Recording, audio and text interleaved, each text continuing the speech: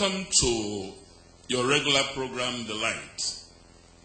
The program of God's Kingdom Mission, a diligent and serious-minded Christian organization that is out for the propagation of the saving gospel of our Lord and Master, Jesus Christ.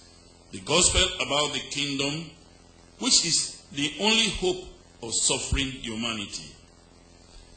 In today's sermon or subject, we shall be treating a very contemporary topical issue that is of relevance to any person who says he's a worshipper of God through Jesus Christ. And the subject is facts about the date of Christ's birth. Facts about the date of Christ's birth.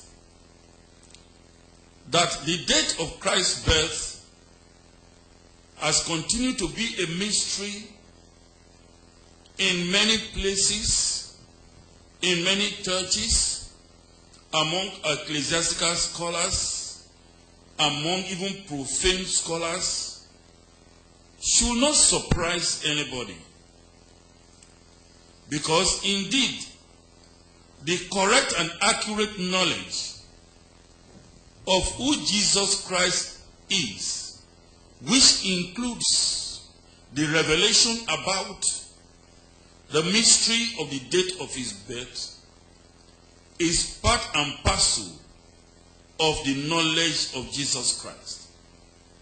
And in actual fact, Jesus Christ, when he came, he made it very, very clear that nobody can actually know who he is except the Father reveals it to that person. So the date of Christ's birth, the knowledge about it, and the correct attitudinal reaction towards this date of Christ's birth is actually a mystery that is revealed. Because the Lord will do nothing secret. He revealed it to his servants, the prophets. If you read Amos chapter 3, verse 7. Now, why do I say it is a mystery revealed? You see, in the 10 fundamental doctrines, or the 10 fundamental teachings, or truths, which are essential in the grand master plan of Jehovah the Almighty God for salvation of his children, the birth of Jesus Christ is position number 4, or string number 4 in the harp of God. The first is creation. The second is justice manifested. The third is Abrahamic promise. And the fourth is the birth of Jesus Christ. The fifth is ransom. The sixth is resurrection. The seventh is mysteries revealed. And the eighth is our Lord's second return. And the ninth is glorification of the church. And the 10th is restoration, restitution, regeneration, or refreshing of all things. It is this complete 10 compendium of these doctrines that forms the harp of God. So it is on position number 4. And nobody can get the correct and accurate knowledge about it except by revelation. And thank God, in this age of the end of the world, in which God Almighty has said that the mysteries will be revealed through the anointed remnant who will be present in this age of the end of the world, we thank God that a person of Saint Gideon Merion Dere Urobo, the mystery about the date of Christ's birth was revealed clearly to him. And he taught it and published it and made it very, very clear that Jesus Christ in actual fact was born into this woeful, sinful world in October 1, BC 2. Now, Jesus Christ came according to the volume of books that were written about him, volume of prophecies that were written about him. If you read Psalm 40 verse 7, many people nowadays that have come to realize that in actual fact, that idea that Christ was born in December 25 has become naive, has become wrong. It's a falsehood. When you face them with the idea concerning the fact that Jesus Christ was born in October, they said it doesn't matter. They can celebrate the birth of Jesus Christ at any time they like. As if Jesus Christ is just an happen chance. In the whole of creation, Jesus Christ occupies a preeminent position and is next to God Almighty. Jehovah is Father. If you read Colossians chapter 1, 15 to 19, Ephesians chapter 3, from verse 6 to 9, and others, for anybody to denigrate the knowledge about the date of Christ's birth to something that is not important, to say the least, is very, very unfortunate. Because if you say it's not important, what do you do now with the prophecies that were uttered, which were point blank, concerning the date that he will be born? It means that those prophecies are not important. Why were they uttered? They were uttered to point at the person of Jesus Christ. When he will be born, where he will be born, who will bring him into the world, and everything about Jesus Christ were prophesied. You have over 2,500 prophecies concerning Jesus Christ. And the date of his birth is one.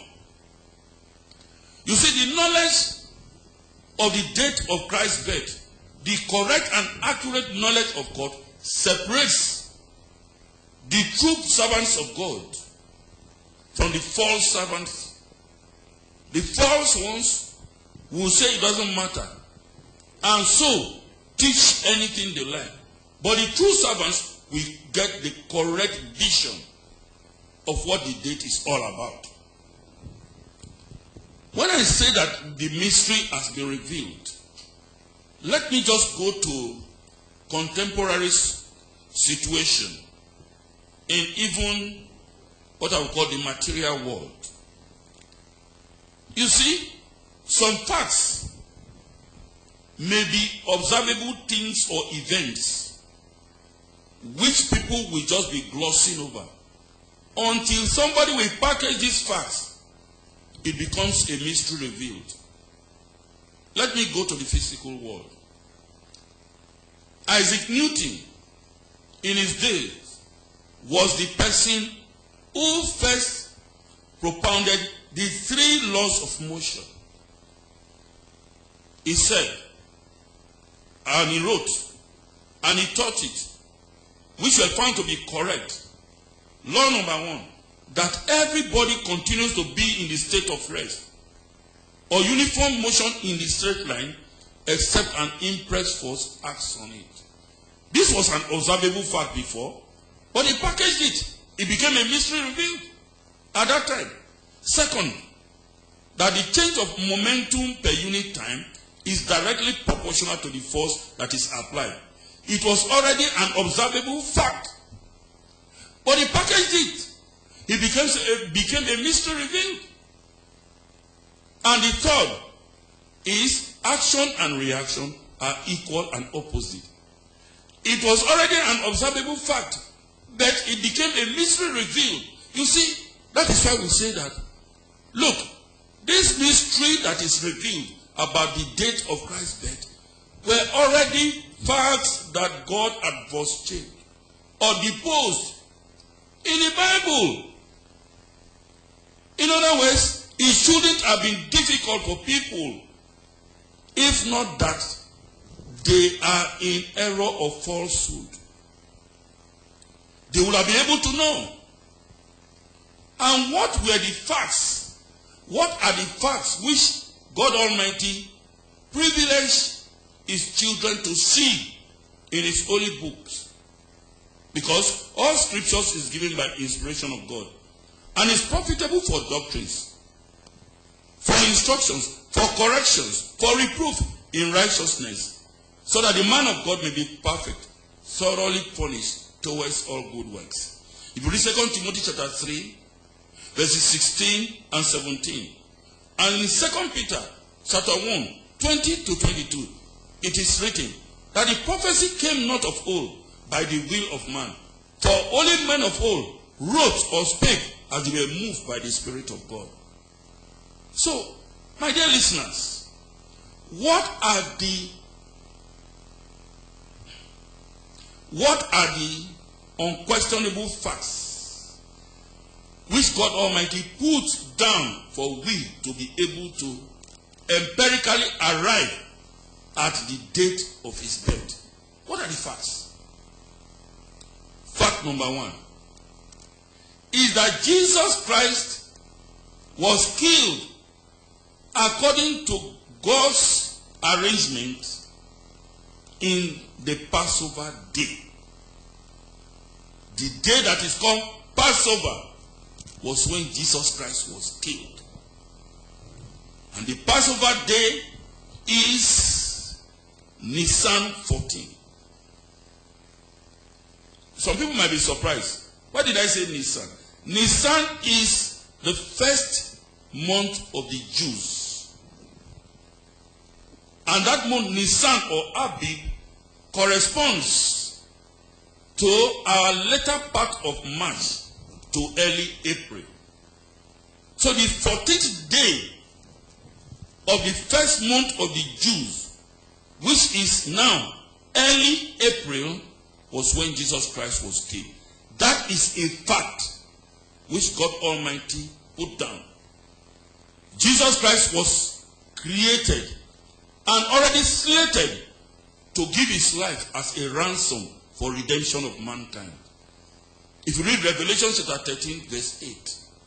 And so right from origin, God Almighty had been pointing to not only the place that Jesus Christ will be killed, but also the day or the date of his crucifixion.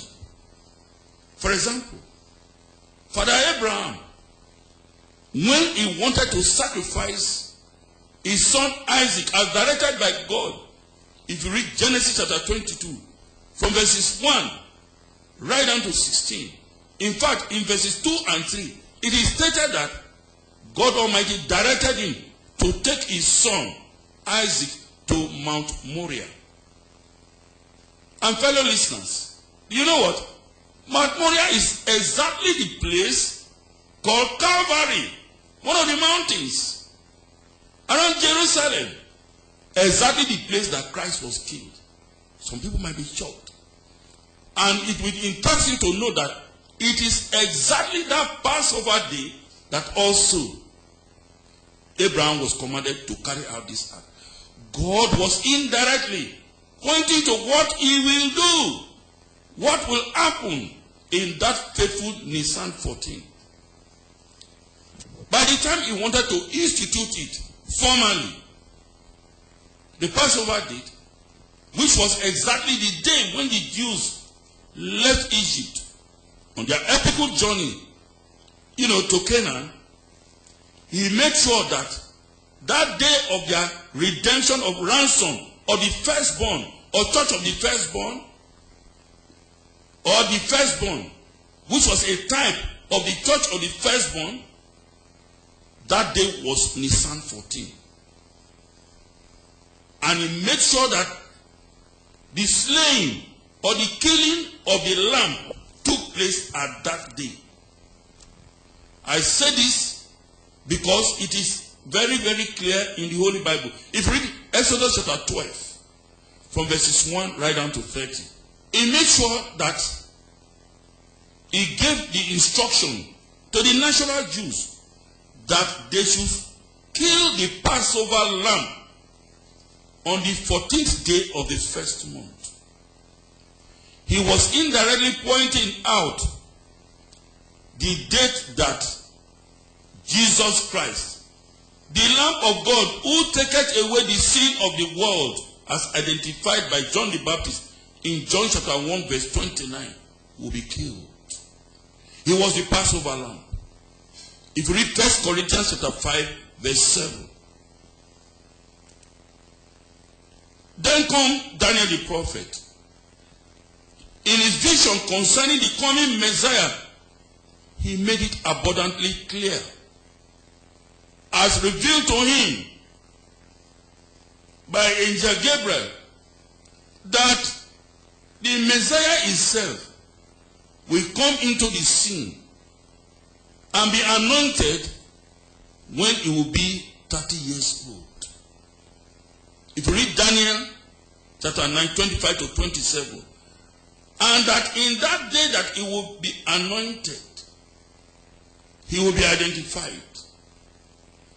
And that after that day, when he will be anointed, it will take exactly 3.5 years later, and he will be killed. It is written in black and white. Prototype. That prophecy, as given to Daniel, connected the coming of the Messiah with the decree that will go forth for the construction of Jerusalem and the temple to be rebuilt. And that was done by Artaxerxes the first in 455 BC. It is written clearly that Jesus Christ will be anointed exactly 483 years later. If you count forward, you will see that it will fall in AD 29 if you take the simple counting. If you subtract 30 years from that AD 29, you will get BC 2. To be very, very clear. So Jesus Christ was actually born in BC 2. And that decree itself for the construction was given, you know what, in October. And Jesus Christ himself was baptized in October AD 29 at the age of 30 years. If you read Luke chapter 3 verse 23, at the age of 30 years. So, why I'm going to all these details is to tell you how very clear the vision about Jesus Christ was. The prophecies were very specific, that he will be killed 3.5 years later after his anointment. And that was exactly what happened. He will be killed in the Passover, month of the Jews, and prototype, Jesus Christ, was killed in the Passover. How do we know it? It is recorded in all the Gospels. Read me John chapter 19, 14 to 18, to show that Jesus Christ was killed in the Passover day. Yes? And it was the preparation of the Passover. And it was in the preparation of the Passover, yes. And about the 6th hour. And about the 6th hour, yes. And he said, Jews. And he said unto the Jews, yes. Behold your king. Look at your king, yes. For they cried out. But they cried out. Away with him. Away with him. Away with him. They rejected Jesus Christ. Crucify him. Crucify him, kill him, yes. Pilate said unto them. Then Pilate now told them, yes. Shall I crucify your king? Should I go and use my hand to kill your own king? He was telling them that Jesus Christ was very important to them. But what did they say? The yes. chief priest answered. The chief priest now answered, yes. We have no king but Caesar. Are you seeing it? Are you hearing it? They now rejected Jesus Christ and even glorified the servitude under a Gentile nation. Yes? Then delivered he him therefore unto them. It was now forced to deliver Jesus Christ unto them, yes? To be crucified. To be crucified. Then what happened, yes? And they took Jesus. And they took Jesus Christ that same day, yes? And led him away. And led him away. And what happened? And he bearing his cross. And he bearing his cross, yes? Went forth into a place. And went forth into a place, yes? Called the place of a skull. to call the place of skulls, yes. which is called in Hebrew Which is Golgotha, called in Hebrew Golgotha, yes. where they crucified him It was there they now crucified him, yes. and 2 others with him. And 2 other, criminals with him. This passage makes it very, very clear. If you go to Matthew chapter 26, is there. If you go to Luke chapter 22, is there. All harmonizes that Jesus Christ was killed in the Passover date. Nisan 14. He was killed Nisan 14, AD 33. Nisan 14, AD 33. Now, knowing fully well that Jesus Christ was killed in the Passover day, one is not surprised that churchanity or many people, they celebrate Good Friday and Easter in April. It has never happened for them to shift it to another day, and they are correct in identifying that day as the day Jesus Christ was actually crucified. You are right. Also, it is basic Bible knowledge that in actual fact, Jesus Christ, after his anointment at the age of 30, lived for only 3.5 years before he was crucified. In actual fact, it was only 4 Passovers that Jesus Christ, it was only 4 Passover that Jesus Christ saw before the last one in which he was crucified in the 4th Passover. Only 4. If you read John chapter 2, John chapter 5, John chapter 12, John chapter 13, John chapter 19, all this, you will get the fact that it were only 4 Passovers. Now, what are the derivables from this? What knowledge can you derive from this? Because I told you that, in actual fact, that the mystery is revealed does not mean that it was a new knowledge that God brought out for people to know. This is a knowledge that was already there, but he gave the opportunity or the glory to his servants who will now package it and make sense for the date of Christ's birth to be identified. If all of us are united in agreeing that indeed Jesus Christ was killed in April, and if all of us are united in the fact that Jesus Christ lived for only 33.5 years, as prophesied by Daniel the prophet and fulfilled in the Gospels, now you ask yourself the question, if somebody lived for 33.5 years and the person died in April, what will be the person's 34th birthday? It's just to add 6 months. So what are the deliverables which you can get for the correct and accurate knowledge of the fact that Christ was killed in early April, the Passover day, and that he lived in this world for 33.5 years? What are the deliverables? The answer is very simple. It only means that you could easily compute what will be his birthday. Because if he lived for 33.5 years and he was killed in April, it only means that he just finished his 33rd birthday and he was killed. And what will be his 33rd birthday? It's just by subtracting 6 months from April, and you will get his 33rd birthday. And if you subtract 6 months from April, you will get October. Or if you add 6 months to April, you will get his 34th birthday. And if you add 6 months to 33.5, you will get 34. So if you add 6 months to April, you will get October. That is very simple. But you see, it is a mystery, except it is packaged by a saint. And that brings to limelight the function or the value of Saint G.M. Urobo, who came out and said it, amongst many other facts that he also deposed, that we also put into public glare for everybody to see.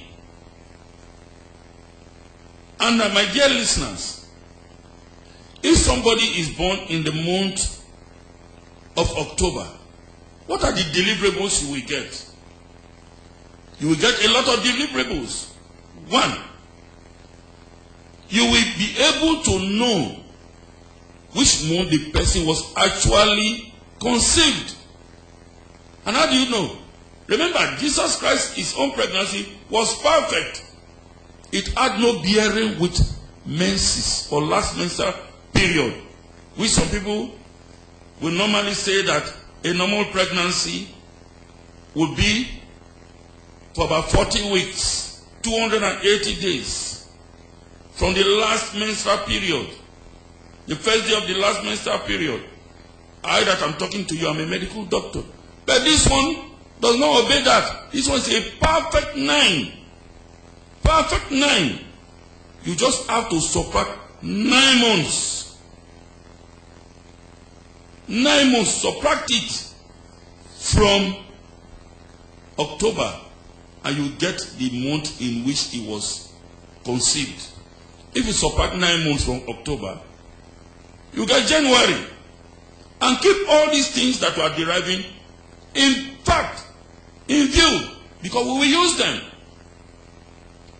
Anything you will derive again, if it is not in consonance or in harmony with these ones that we have derived, that one is false, is fake, and is wrong.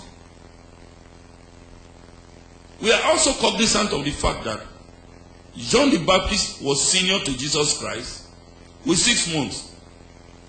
If you read Luke chapter 1, 26 and 27, and 36 and 37, that's already a fact. So if Jesus Christ was born in the month of October, what would be the month that John the Baptist was born? You don't have to be a rocket scientist to know that. That if Jesus Christ was junior to John the Baptist by 6 months, and Jesus Christ was born in October, John the Baptist will be born in April. And if you want to get the month in which John the Baptist's pregnancy started, another wonderful miracle also, which is not related to menses, because the mother was already past menopause, was well stricken in age, Elizabeth, when she had him.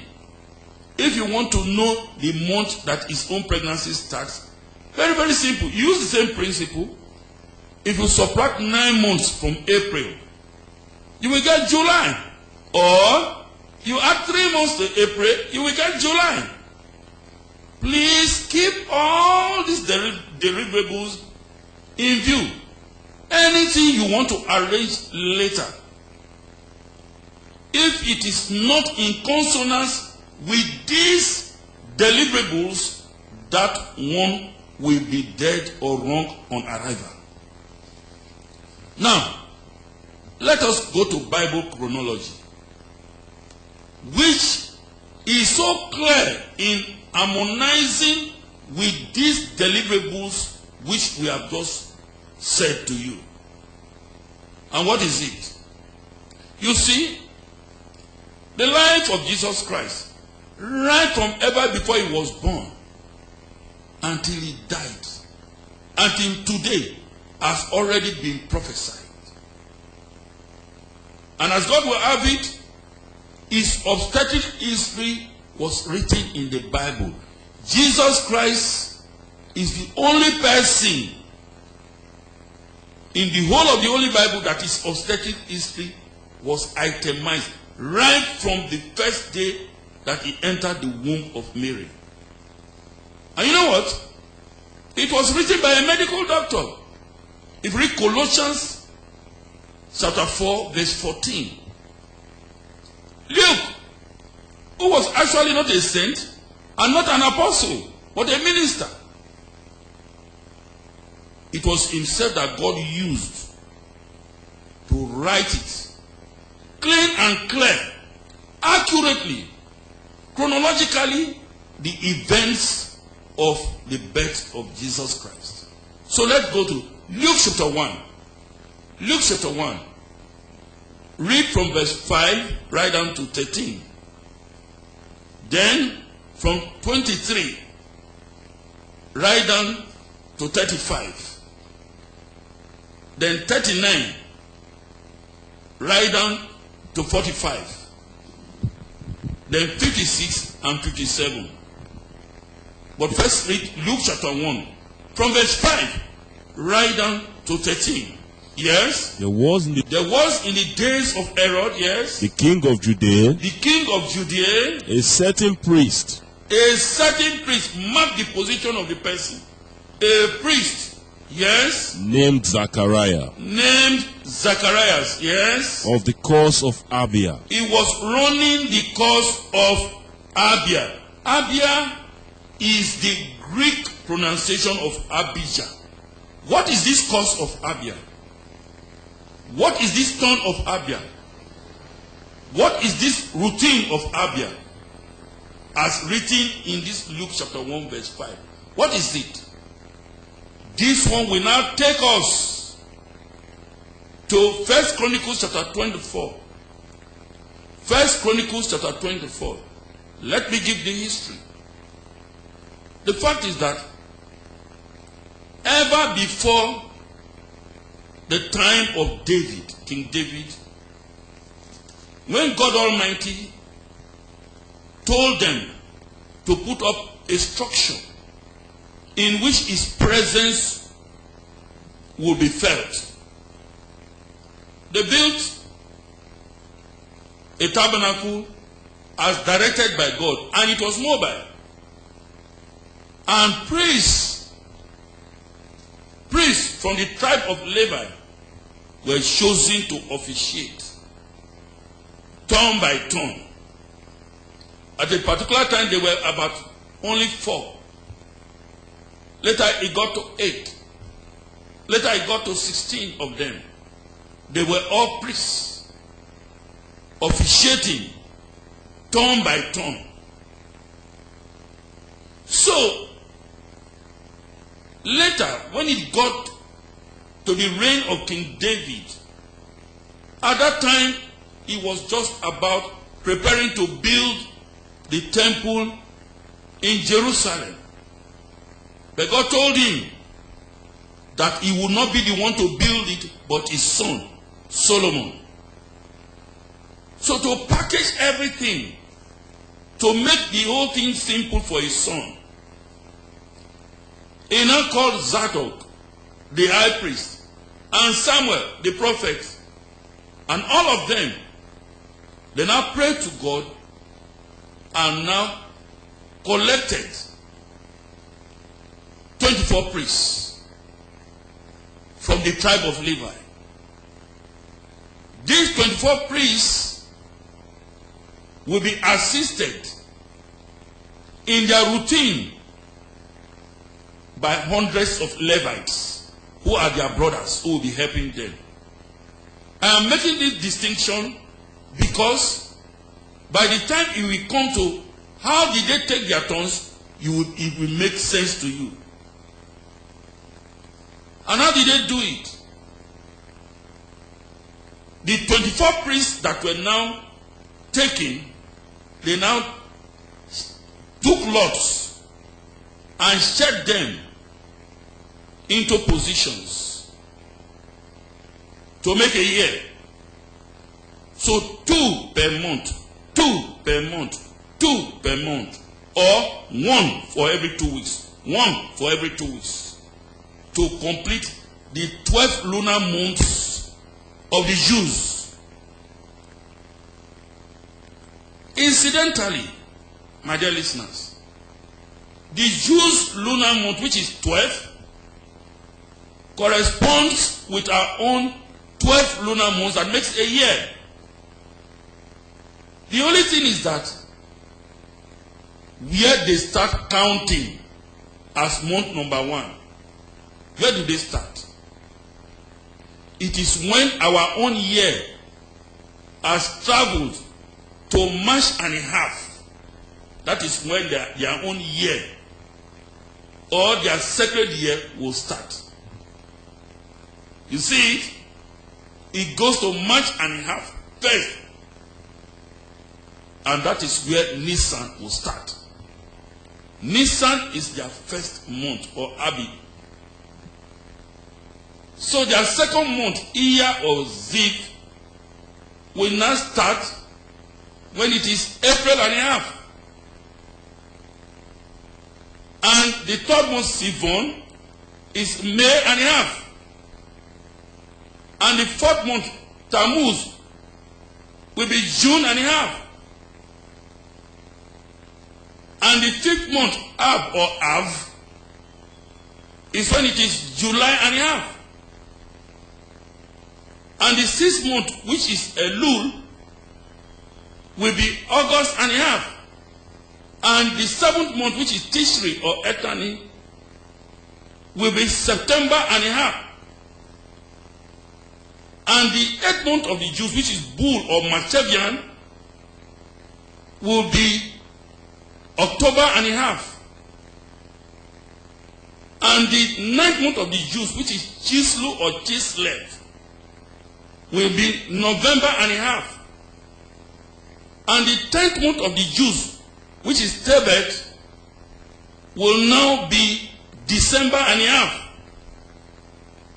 And the 11th month of the Jews, which is Sibat, will now be January and a half.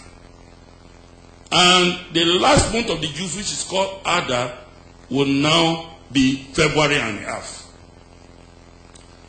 I make this point to be clear, so for simplicity purpose. So each of these priests will be taking 2 weeks, 2 weeks, 2 weeks. One will start at the beginning of the Jewish month. In the middle of the Jewish month, it will end. And the other priests will come and take over. I am making this distinction so that for some people who tend to say that actually what is written in the Bible is Sabbath to Sabbath, that's weekly courses. They are correct. There is no section in the Holy Bible, I must be fair, where it is written that the courses will be running every 2 weeks. You will get it by Bible understanding. Because even though they were Levites, these were priests. They were not running the courses like the Levites who were serving them. Those ones were running Sabbath to Sabbath. Whereas they who are the priests were now running 2 Sabbaths, 2 Sabbaths, 2 Sabbaths. And you see that except you follow it like that, you will be wrong. John the Baptist, his pregnancy will not start at July. And Jesus Christ, his pregnancy will not start in January, which we have already computed. Remember, I said that anything you want to compute, you must take account of the fact of the truth that is already revealed. Is that not correct?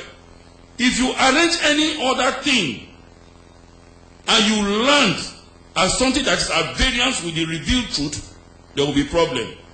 And this was what St. Robo put down in black and white and taught. Clean and clear. By God's grace, many authors, many ecclesiastical scholars have now adjusted themselves to suit this particular arrangement. So, go to that 1 Chronicles chapter 24, where the 24 priests were listed from verse 1 right down to 19. But I want you to start from verse 8, so that we do not spend so much time for all the courses. I want you to take note. What made us to come to 1 Chronicles chapter 24 is because of the course of Abia. We want to know where it lands. Yes? The third to Harim. The third to Harim, yes. The fourth to Seorim. The fourth to Seorim, yes. The fifth to Malkijah.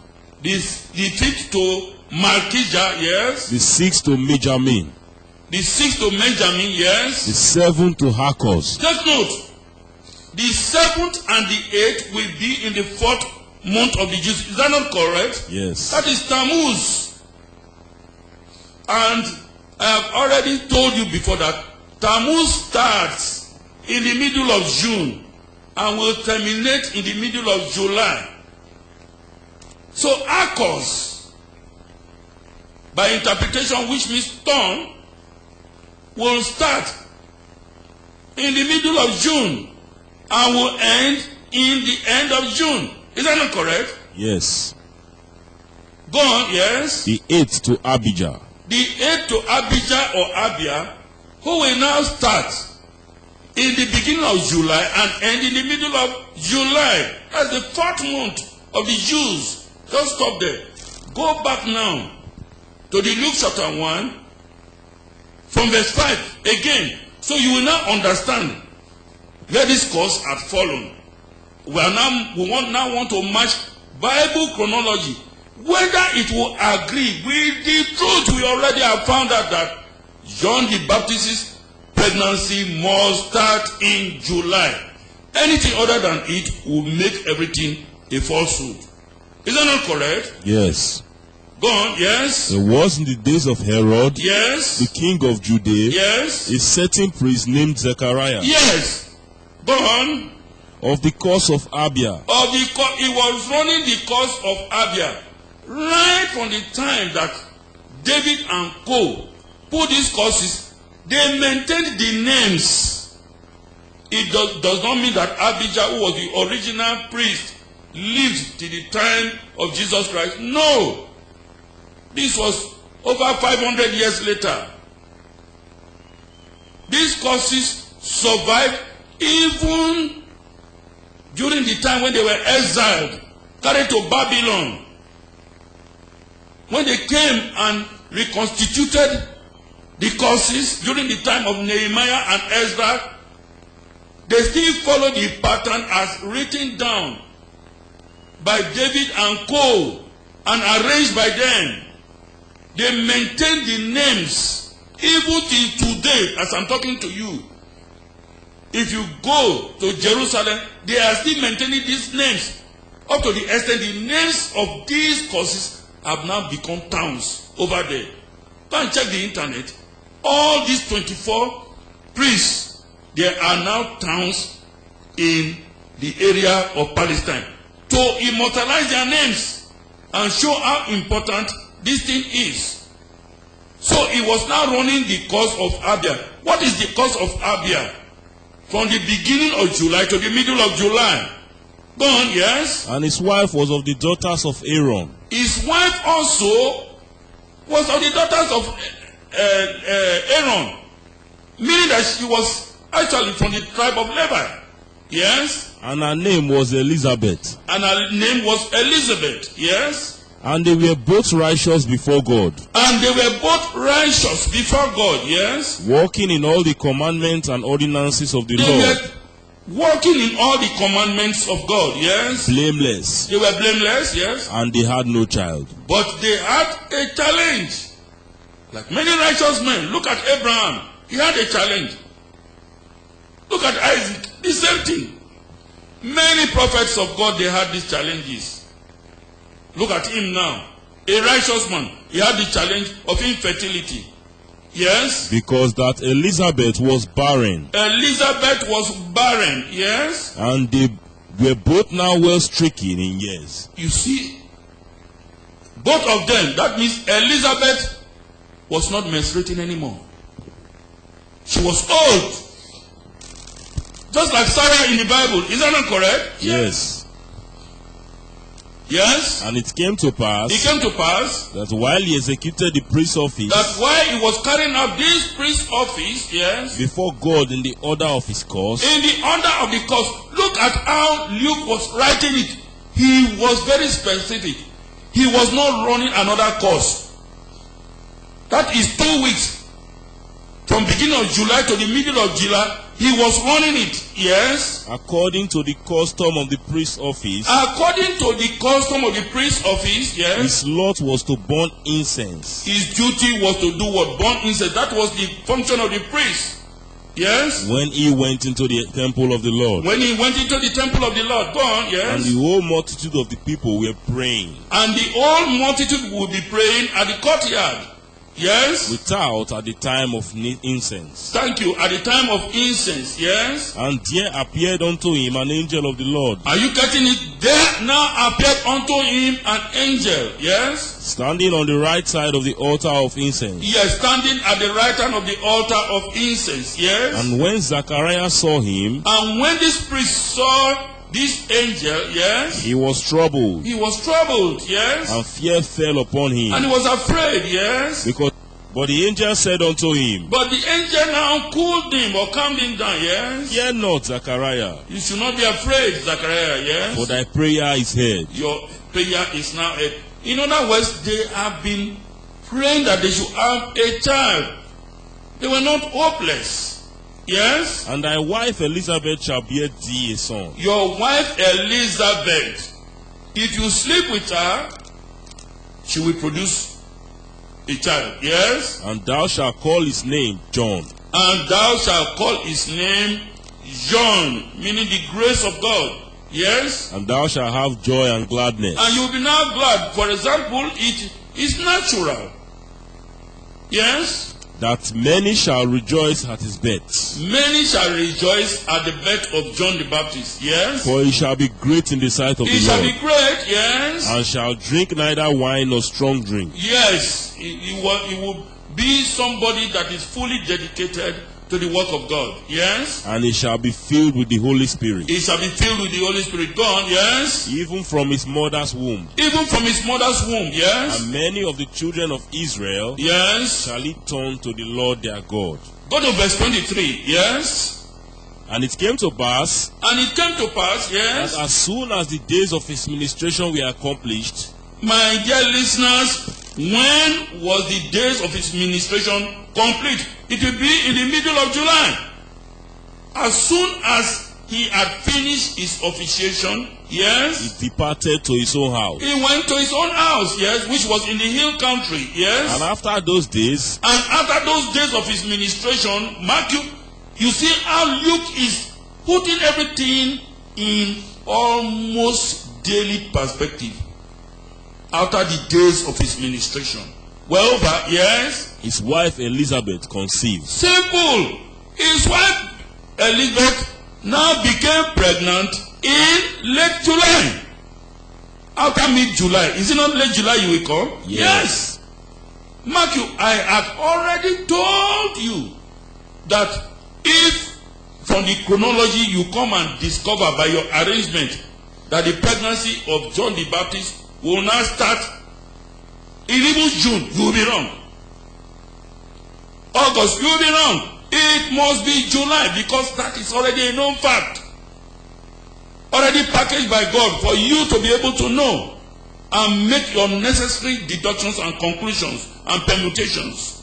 Go on, yes? and after those days his wife Elizabeth conceived, Yes? and hid herself 5 months. She now hid herself 5 months. Listeners, if she hid herself 5 months, for 5 months, you only need to add 5 months to late July and you end up in late December. She hid herself to that time. Go on, yes? Saying, Thus had the Lord dealt with me yes? in the days wherein he looked on me. In the days wherein they looked at, she was now very, very joyful. She was very, very happy. Old woman who now has become pregnant. Go on, yes? To take away my reproach among men. Yes, her reproach is now removed from among men. Yes? And in the 6th month, Yes? the angel Gabriel was sent from God. Are you getting it now? In the 6th month of her pregnancy, that will now be early January. I told you that she hid herself from the late July to late December. The next logical thing is early January. That will be the 6th month. Is that not correct? Yes. Go on. unto a city of Galilee. The same angel Gabriel. Matthew, the same angel Gabriel that made the prediction that Jesus Christ will be baptized 483 years later. And this happened in River Jordan in AD 29 and in October according to his prediction, and also according to his prophecy, and also that Jesus Christ will be killed 3.5 years later. The same angel Gabriel is the one that is sent. That shows you how powerful and important that angel is. Is that not correct? Yes. Go on, yes. Unto a city of Galilee. Unto a city of the province of Galilee, yes. Named Nazareth. Named Nazareth, yes. To a virgin espoused to a man. To a virgin espoused to a man, yes. Whose name was Joseph. Whose name was Joseph, yes. Of the house of David. Of the house of David. Go on, yes. And the virgin's name was Mary. The virgin's name was Mary, yes. And the angel came into her. And the angel now appeared to her, yes. And said, Hail, Hail, thou art highly favored. You are highly favored, yes. The Lord is with thee. This was a girl barely 16 to 17 years. She was now being pronounced as being highly favored, and God was with her. It only shows you that the girl was also a devout person. Is that not correct? Yes. Go on. Blessed art thou among women. Blessed art thou among women. You are blessed, yes. And when she saw him, and when she saw the angel, yes, she was troubled at his saying. Fear caught her, but she was more troubled at what the angel said and the meaning, the import of it. Yes. And cast in her mind. And she started reasoning in her mind, yes. What manner of salutation this should be? Which manner of salutation is this? Yes. And the angel said unto her. And the angel told the angel, reading already what is in her mind, yes. Fear not, Mary. Don't be afraid, Mary, yes. For thou hast found favor with God. Because you have found favor with God. What a blessing.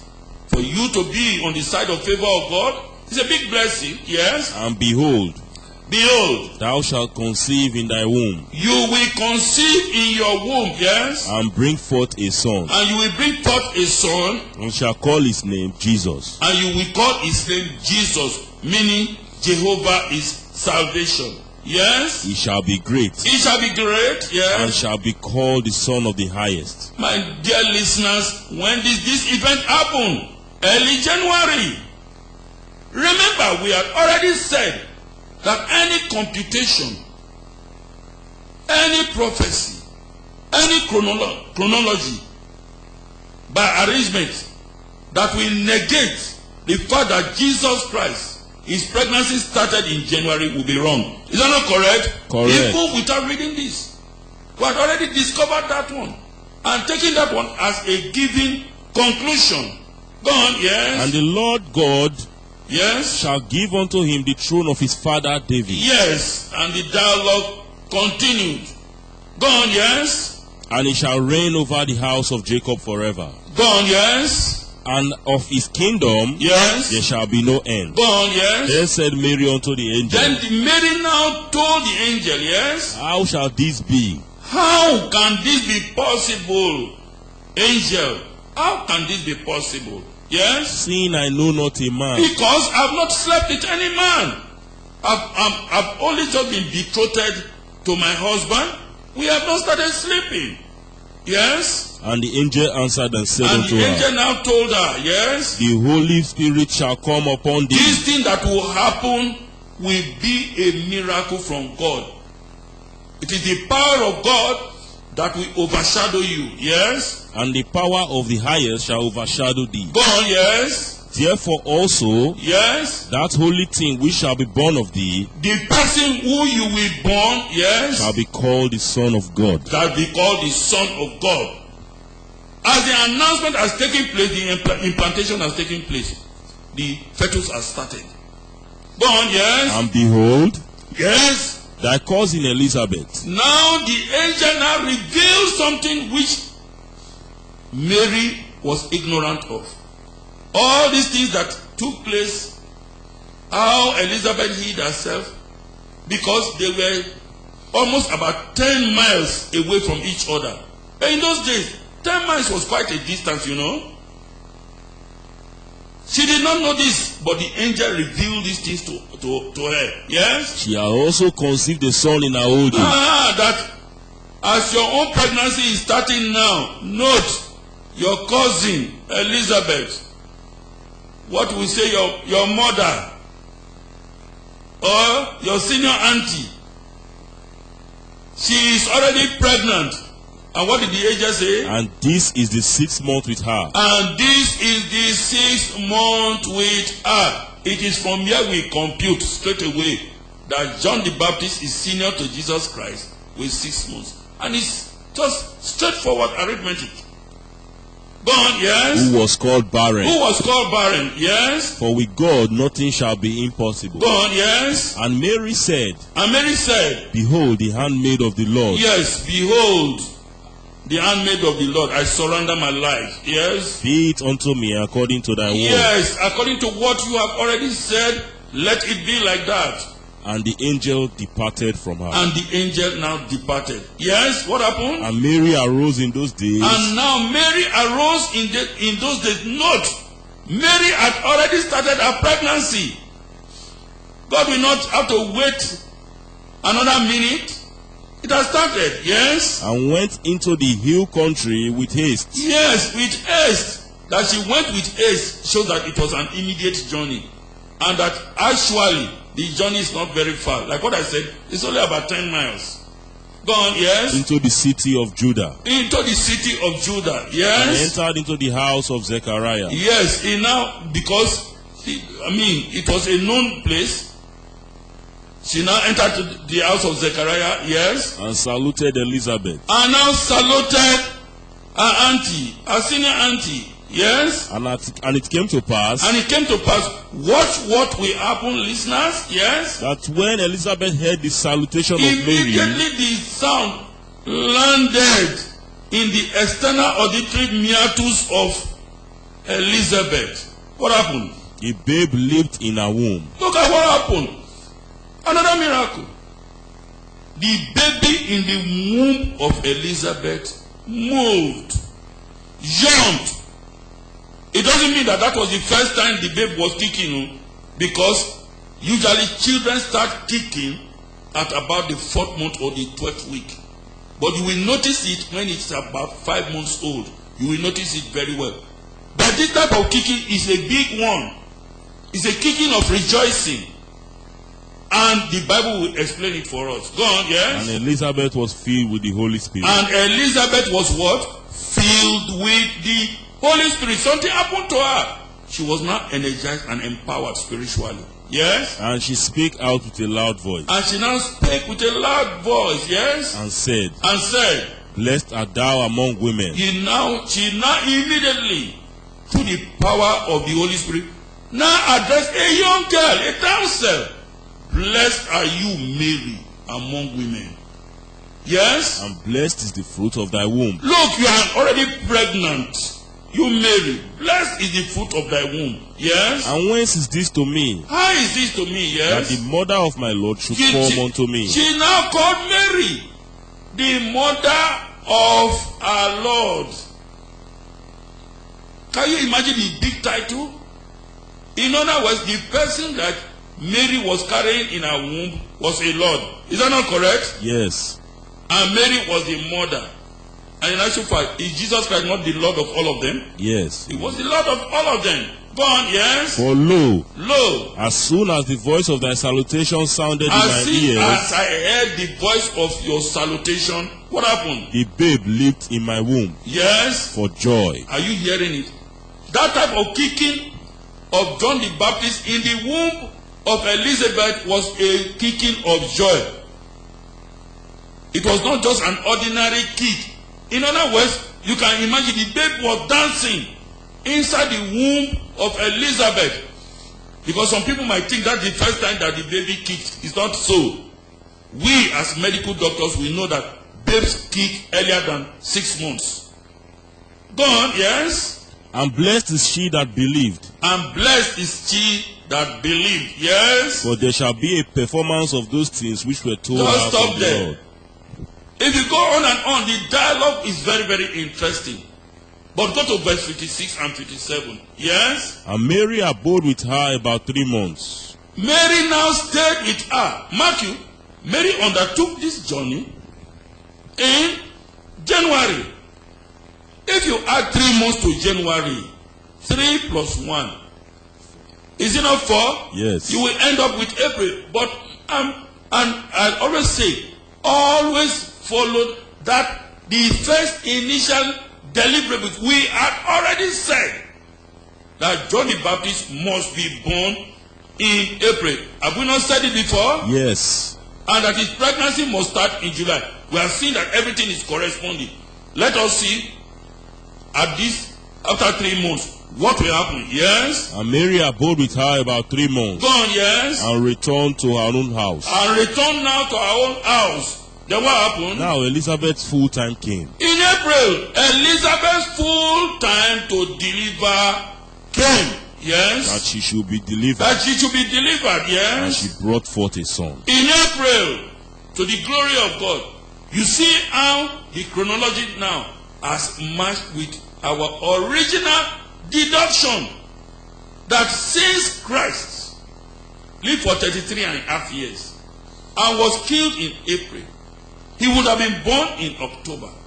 And that since he was born in October, his pregnancy will start in January. And that since John the Baptist is senior to Jesus Christ with 6 months, John the Baptist will have been born in April. And that since he was born in April, his pregnancy will have started in July. All these things, have we not derived them before? Yes. Look at the whole thing harmonizing. Since we know that John the Baptist was not born in April, do we need a rocket scientist to tell us that we just have to add 6 months to April and we'll get October?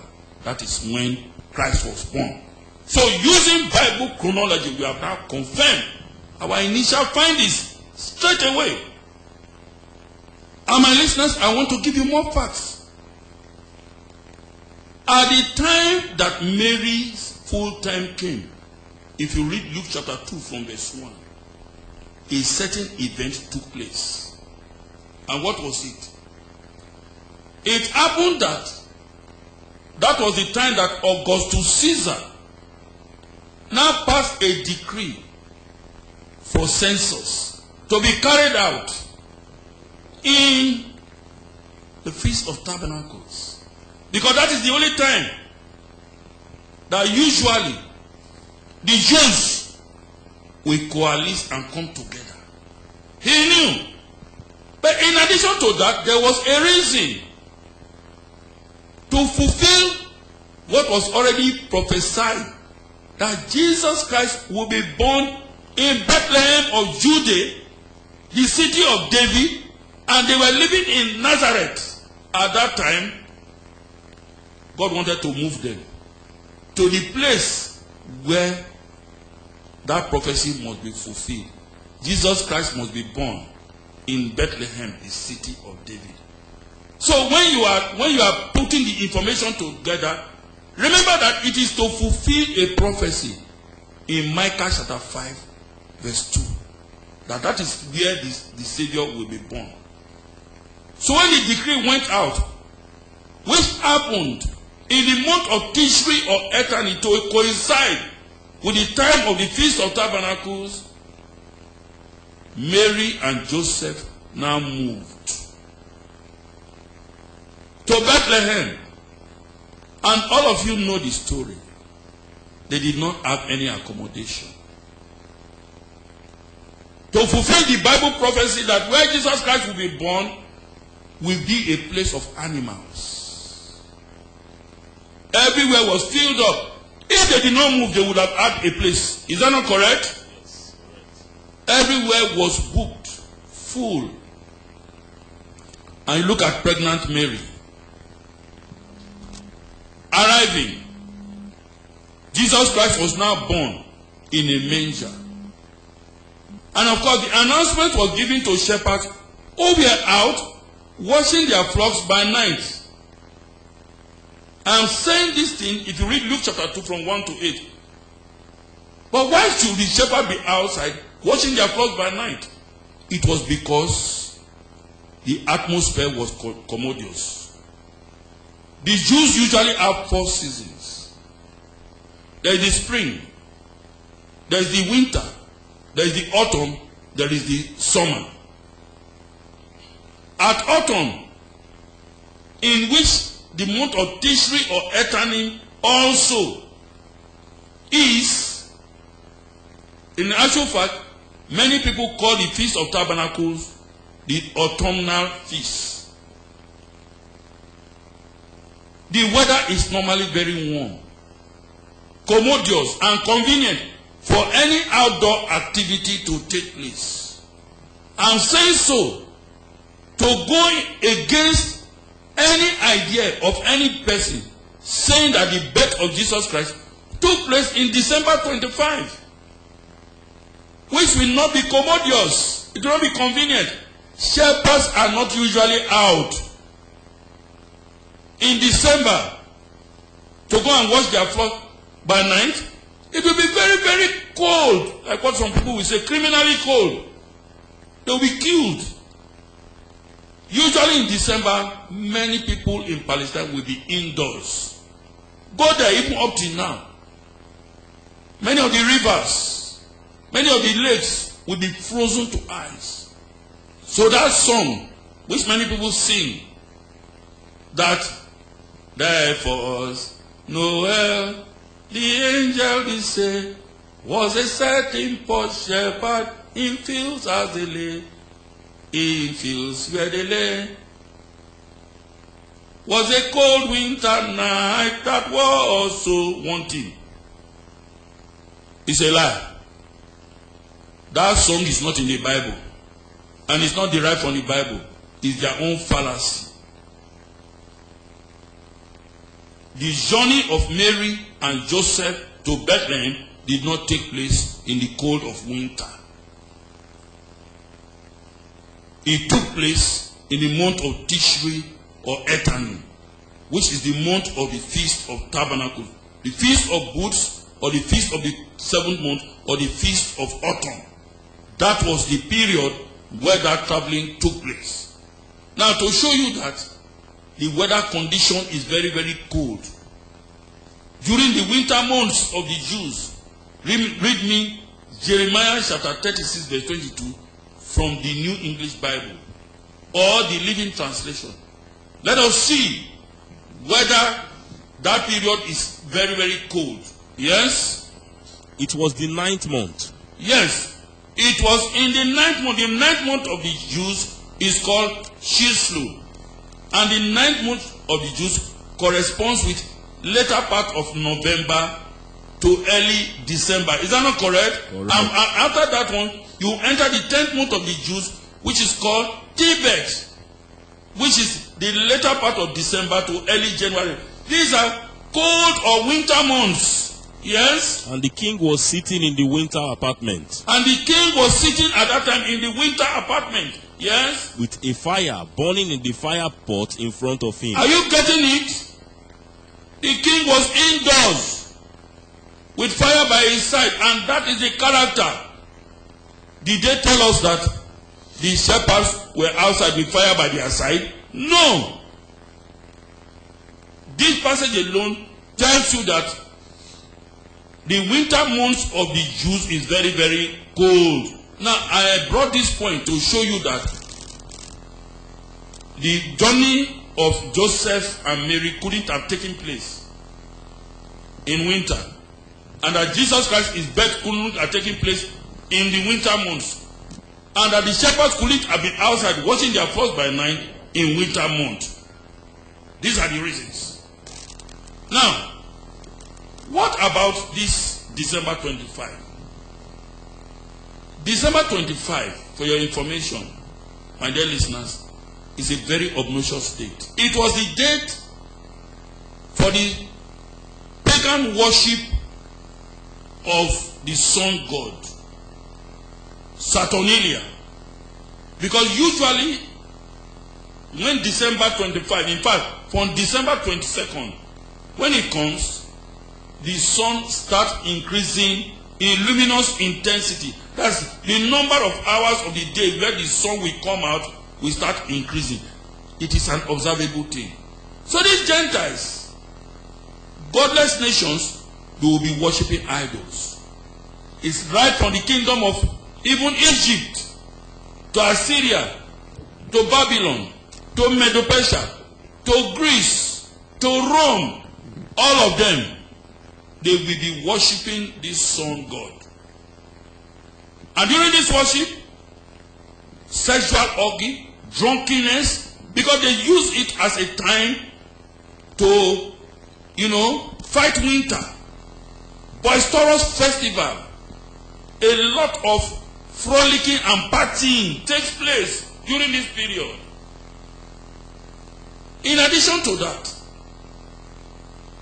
a very, very wicked person, Nimrod, a mighty hunter before the Lord. If you read Genesis chapter 10 verse 8, was born in this December 25. And his followers used to worship him and celebrate his birthday in this December 25. With the same attitude, of course. When pagans are worshiping or celebrating, what do you expect? It will be boisterous and noisy. And a lot of fetishness will take place.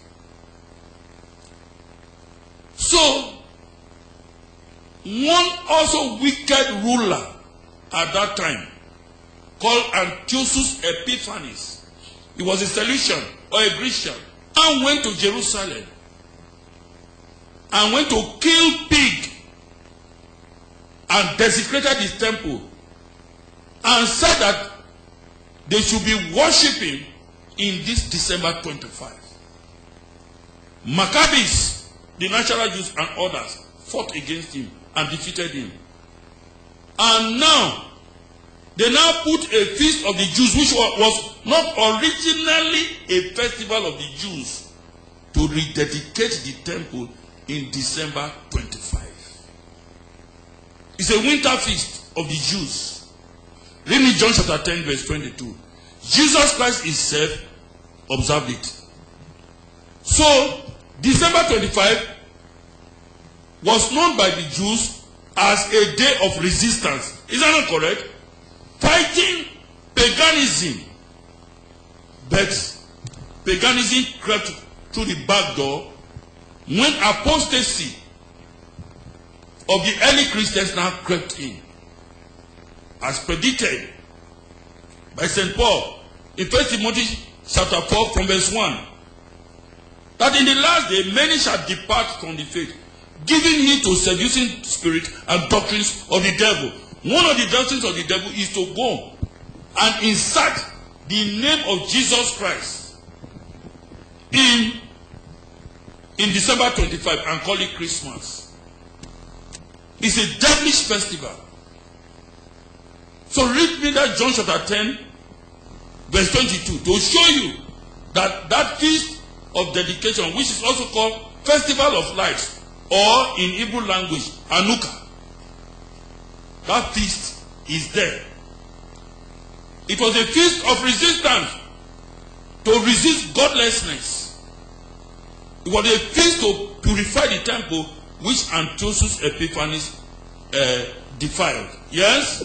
And it was at Jerusalem. And it was at Jerusalem, yes? The feast of dedication. The feast of dedication, yes? And it was winter. And it was winter, yes? As Jesus walked in the temple. Are you getting it now? So why I'm now saying so is that people should know that the original Jews, December 25 was a day of resistance against paganism. But you see, like what I said, paganism went through the back door again. The early Christians, many of them who became apostates, now inserted the name of Jesus Christ in December 25 with a mind, according to them, of converting pagans to become Christians. But incidentally, what happened? It was the pagans who converted Christians to become pagans, as shown by the characterization of Xmas festival. the period of Xmas festivity, all governments of the world, in all continents of the world, we can say it's a black day. Because criminality assumes the highest. How can you associate Jesus Christ with such type of festival? It's a godless and pagan festival. So we are advised in the Holy Bible that we should not be unequally yoked with unbelievers and go and be mingling ourselves in their festivals. If you read 2 Corinthians chapter 6, verses 14 to 18. Another evidence to show that Christ was born in the month of October is the baptism of John the Baptist. The baptism of John the Baptist, if you read Luke chapter 3 from verse 1, it was during the 15th year reign of Tiberius Caesar. And that 15th year of his reign was in AD 29. AD 29. And we had already told you before that at AD 29, Jesus Christ was 30 years. Have we not said it before? Okay. Is that true? Read me Luke chapter 3 verse 23. And it was in October. The Feast of Tabernacles. That was the time that the Jews, they gathered together, and as part and parcel of the festivity at that time, they also went for baptism. And Jesus Christ went also for baptism. And that was when John the Baptist recognized him and said, "Behold the Lamb of God, who taketh away the sin of the world." John chapter 1 verse 29. But read me this Luke chapter 3 verse 23. I will show you very clearly that in fulfillment of Bible prophecy, that the age of maturation of Jesus Christ and his coming out for the anointment was when he was 30 years. And that 3.5 years later, he will be killed. According to that prophecy in Daniel chapter 9, 25 to 27. Read Luke chapter 3 verse 23. Whether it harmonizes. Yes? And Jesus himself began to be about 30 years of age. And Jesus himself began to be about 30 years old. When they say about, so is that he was 30 years old. So don't stop there. If you read the previous verses, you will see that it was during the time of baptism. And to tell you that the baptism took place during this warm weather, I want to ask you, if baptism is to take place, will it take place in winter when it will be 30 years? According to people of the world, it won't take place in winter. There will have been no stream for even John the Baptist to baptize anybody. Everyone will have caked and become ice. So, my dear listeners, from all the available evidences that we have shown, it is very, very clear. From all the facts that we have deposed, it is very, very clear that Jesus Christ was actually born in the month of October. Well, listeners, having dealt with the issue conclusively with abundance of evidences to show that Christ was actually born in the month of October and no other month, some may push the scale much higher by stating or asking which date in October, if possible, which year was he born? For that, I have this to say. And I say it with humility in the fear of God, that from all available evidences at our disposal, it is very, very clear that indeed Jesus Christ was born into this woeful, sinful world in October 1st, October 1, BC 2. The founder of God's kingdom mission had cause to also preach what I am now saying. And these are excerpts from his works as published in West African Pilot of November 20, 1950. 2 years before he left the shores of this world to Mount Zion in heaven. This is what he had to say, as published in West African Pilot, November 20th, 1950. President Urobo says Christ was born on October 1 and not December 25. 6 weeks from today, Christendom will be in festive mood in the celebration of the anniversary of Jesus Christ, said to be born December 25. This is the age of reason and not of accepting fictitious doctrines or dogmas.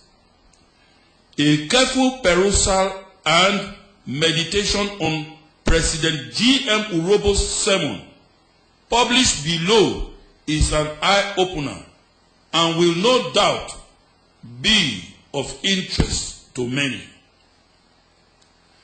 The campus square was thronged by eager listeners when President G.M. Urobo of God's Kingdom Society lectured on the Freedom Day. He said October 1 was observed as Freedom Day by all true Christians because it was the day the greatest advocate of freedom was born on this earth in BC 2 to free mankind from all manner of serfdom. The peace conferences of the world, he said, are far from Christ and can never be lasting except mankind, particularly the rulers, seek God and exercise unchanging faith in him and support his established government. He pitied the rulers who have not learned by their experience, as well as their proposals to establish world peace without regard for Christ, which had always failed. The whole world, he said, is under spiritual bondage and requires spiritual freedom, and that men should indeed be spiritually emancipated if only they seek to worship Jehovah, the universal creator, in spirit and in truth. Quoting the books of Ezra, Chronicles, Luke, Matthew, President Urobo, the mighty man in the scriptures, convincingly proved beyond every iota of doubt that Christ Jesus was born into this world, into this woeful earth, 1,952 years ago. At this juncture, he was shared by the surging crowd. He challenged churchianity when he revealed by quoting both profane history and the scriptures that Christ was not born in December 25, that John the Baptist was 6 months older than Jesus Christ. And delving into the Jewish calendar and Bible chronology, he traced Christ's birth to October 1 by counting from the course of Abijah, when Zacharias, the then officiating priest, was informed about the conception of his son John Moshiach. He added that the cause in action of Christmas celebrants show that it is all Satan's affair. You find a lot of drunkenness, hooliganism, God-defying shows, and gross lawlessness, which are contrary to the tenets of true Christianity. These are excerpts from the publication. I go on. I have also here with me others who have supported this assertion or proof of St. Robo. I quote now from George Rutherford's book, HAP, Book 1, or Edition 1, page 84. The place of Jesus' birth was truly according to and in fulfillment of prophecy, first showing that God had foreordained and prepared the conditions of his birth. Micah chapter 5 verse 2, Matthew chapter 2, 4 to 6. Jesus was not born on December 25, as is generally supposed, but his birth occurred about the 1st of October. Midwinter would have been very inopportune time for the shepherds to be watching their sheep in the fields and sleeping in the open. In addition to this circumstantial evidence, all the facts show that the birth of Jesus was in October and that December 25, 9 months previous, was probably the date of the Annunciation. Luke chapter 1, 30 and 31. This is George Rutherford. And we believe him, what he has written. Another ecclesiastical scholar now published, Matthew Slick, and I quote him, since John was born on Passover, the 15th day of Nisan, the first Jewish month, Jesus would have been born 6 months later on the 15th day of Tishri, the 7th Jewish month. The 15th day of Tishri is October 1. The 15th day of the 7th month begins the Feast of Tabernacles, Leviticus chapter 23, 34 to 35, also known as Sukkot. Jesus was born on the first day of the Feast of Tabernacles. All these are independent authors writing. I go to another author.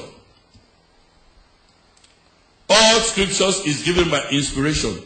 This was published in 1963 by the Watchtower Bible and Tract Society, and we agree with them. Scriptures is determined by Tiberius Caesar's succession to Emperor Augustus. This was in August 19, AD 14, according to the Julian calendar. It is stated in Luke 3, 1 and 3 that John the Baptist began his ministry in the 15th year of Tiberius' reign. From the absolute date, we can therefore calculate the 15th year of Tiberius actually to have run from August 19, AD 28 to August 18, AD 29. Which was what I discussed previously. Soon after this, Jesus, who was about 6 months younger than John the Baptist, came to be baptized when he was about 30 years old. Luke 3, 2, 21 to 23, and Luke chapter 1, 34 and 38. This agrees with the fact that, according to Daniel chapter 9, verse 25, 69, each thus totally 483 years will last after the decree was issued for the rebuilding of Jerusalem with this wall until the appearance of the Messiah.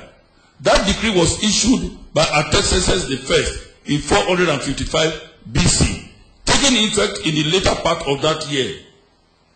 And in 483 years later, in the later part of AD 29, when Jesus was baptized by John, he was also anointed by the Holy Spirit from God, thus becoming the Messiah or anointed one. That Jesus was baptized and began his ministry in the later part of the year also agrees with the fact that he was to be cut off at the half of the week or after 3.5 years. Daniel chapter 9 verse 27. Since he died in the spring, his ministry of 3.5 years must have begun towards the fall of AD 29, making it October. Incidentally, these two lines of evidences also prove that Jesus was born in BC 2.